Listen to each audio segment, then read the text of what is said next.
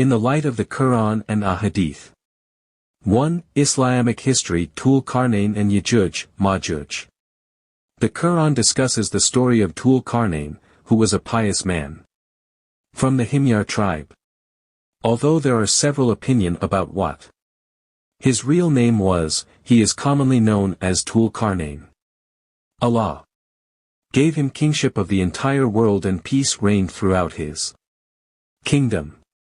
He was once passing by an area where the people complained to him about two very hostile tribes called the Yajooj and Majooj, who were causing them great harm. Dhul Qarnayn then had a fortified wall constructed between two mountains to separate these people from the Yajooj and Majooj so that they could be safe from their harm. The Yajooj and Majooj will eventually break the wall down just before Qiyamah during the period when Hadrat Isa alayhisalam is on earth. They will eventually be destroyed when they will all fall ill after being bitten by poisonous insects.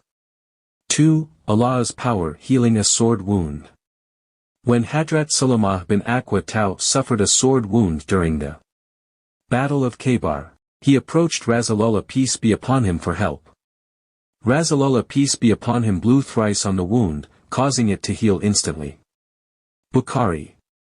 3. A fardat is necessary for salah to be performed properly. Rasulullah peace be upon him said that the first thing that people will be questioned about on the day of Qiyamah will be their salah. If the salah is in order, so too will all the other deeds. However, if the salah is found lacking, so too will all the other deeds. Targhib wa Tarhib. 4. A du'a from the Quran and Rasulullah peace be upon him. The du'a for pious children. The following du'a should be recited for pious children. Translation: My Rabb, grant me pure, pious, children from yourself, by your grace. Without doubt you hear all prayers, and accept them.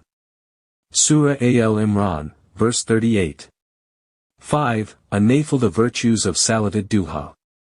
Rasulullah peace be upon him said, the person who performs the duha, chaste salah regularly will have all his sins forgiven even though they may be as many as the foam in the oceans. Tirmidhi. The duha salah, also known as the chaste salah is the Ishraq salah when the sun has risen high.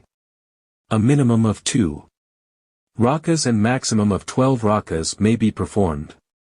6. A sin backbiting. When the Sahaba radhiyallahu anhu once asked Rasulullah peace be upon him what backbiting was, he replied that it entailed saying something about a person in his absence that he would not like. But what if it is present within the person? The Sahaba radhiyallahu anhu asked. Then this is backbiting. Rasulullah peace be upon him replied, and if it is not, then it would be slander. Tirmidhi. The sin of slander is worse than that of backbiting, so both need to be avoided. 7. This world the consequences of attaching oneself to this world. Rasulullah peace be upon him said that the person who turns his attention to Allah will have Allah fulfill his every need and he will receive sustenance from avenues that he would never think of. As for the person who attaches himself to this world, Allah then hands him over to the world, to secure his needs without Allah's unseen assistance. Kanzul Amal. 8. The Akhira salvation is only through the mercy of Allah. Rasulullah peace be upon him said, no person's actions can take him to Jannah or save him from Jahannam. Even I need Allah's mercy to enter Jannah. Muslim. 9. Cures from the Quran and Rasulullah peace be upon him. Treating the heart with barley. Whenever someone in the household of Rasulullah peace be upon him suffered from fever, Rasulullah peace be upon him would tell them to eat barley harira, saying, it strengthens the heart of the grieving person and washed the heart of a sick person just as any of you washes his face with water. Ibn Majah. Barley strengthens both the heart and the body. The barley harira is made from roasted barley flour mixed with butter and sugar. 10. Advice from Rasulullah peace be upon him.